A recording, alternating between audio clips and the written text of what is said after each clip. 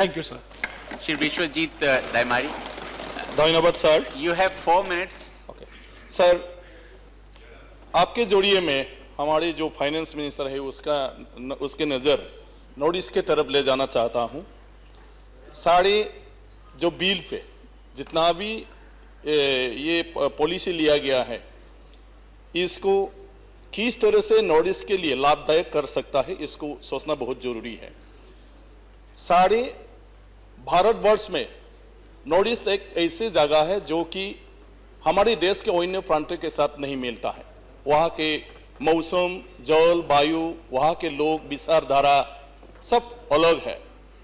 और आसाम को यद्यपि प्लेन स्टेट समझा जाता है, लेकिन आसाम भी प्लेन स्टेट नहीं है, वो भी पहाड़ी इलाका है। पहाड़ के अंदर में ही आसाम है। लेकिन भारत के दूसरे राज्यों की तरह जो परिकल्पना लिया जाता है आसाम के लिए, नॉर्थ ईस्ट के लिए, ये वहां के लिए उपयुक्त तो नहीं है। और इसके कारण आज ये नॉर्थ ईस्ट भारतवर्ष के दूसरी जगह की तरह एक साथ डेवलप हो नहीं पाया है। और इसके लिए इसको स्पेशल ध्यान देना बहुत जरूरी है। आज प्राइम मिनिस्टर ग्राम सड़क योजना हो, महात्मा गांधी जो एनरेगा जो योजना हो, ये सारे नॉर्थ ईस्ट के लिए उपयुक्त तो नहीं है।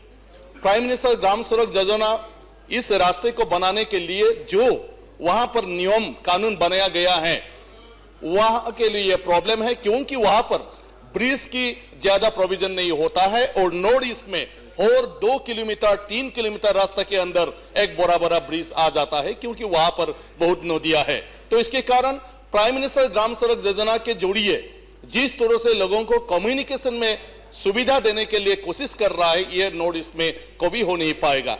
और मनरेगा के जरिए भी गांव इलाका में, रूरल एरिया में जो करने जा रहा है, वहां पर भी यही हालत है।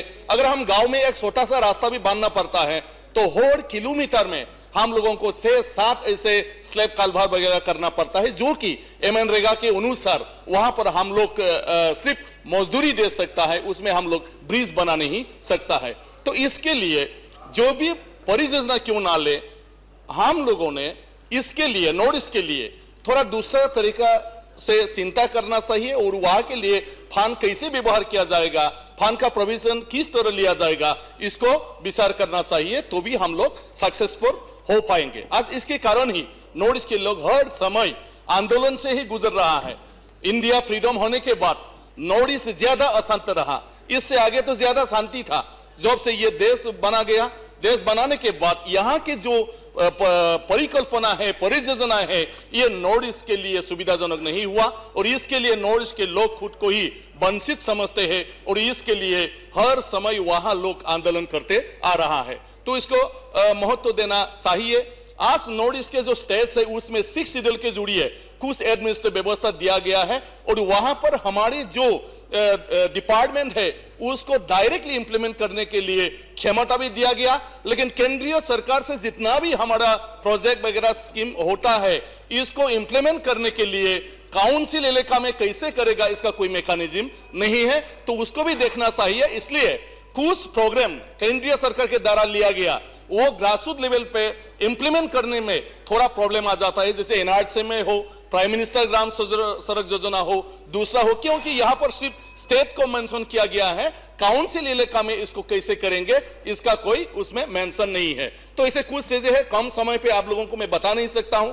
लेकिन अभी नीति आयोग हुआ है, मैं आशा रखता हूं इस नीति आयोग के जरिए अच्छी तरह से स्टडी करके, कंसल्ट करके, ताकि वहां के लोगों के सुविधा के हिसाब से काम कर सकता है। इसको मैं अनुरोध करता हूं। फाइनेंशियल ईयर हमारे लिए बहुत ही प्रॉब्लम है।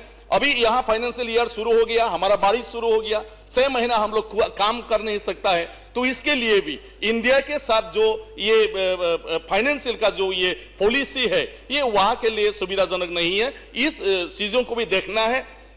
तो ये मेरे अनुरोध है। धन्यवाद। Thank you.